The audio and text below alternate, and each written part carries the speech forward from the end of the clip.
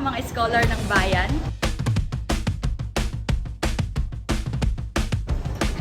Nakapag-review ka na ba?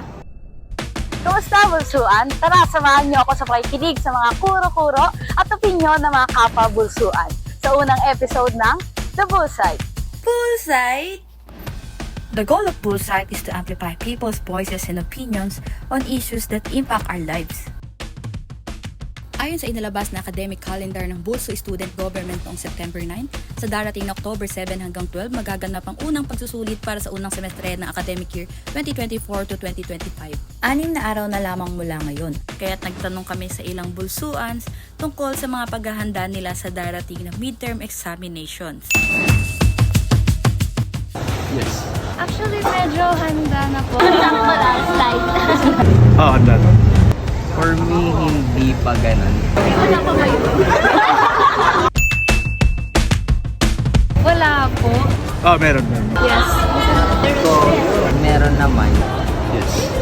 3 sa 15 naming nakapanayam ang nagsabing hindi pa handa sa midterm exam.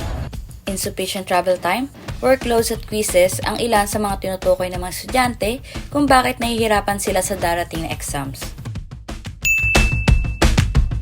Ayun, nag-review ako mga hours before the exam.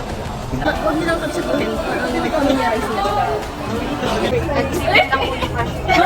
Makakapasok nila pala ito. Practice questions po, active recall, space repetition. Tsaka po, final technique, kailangan po na-explain nyo siya in the easiest terms po. Kasi po din yung malalaman na naiintindihan nyo po talaga ito.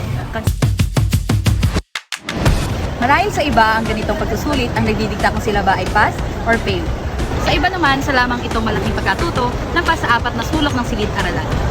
Ang ganitong test ay hindi lamang tungkol kung mababa o mataas ang iyong nakuha, bagkus ito rin ay simbolo ng mga natutuhan mo sa mga nagdaang araw. Padayon mga scholar ng bayan. Ako si Laika Santiago at ito ang Bullseye.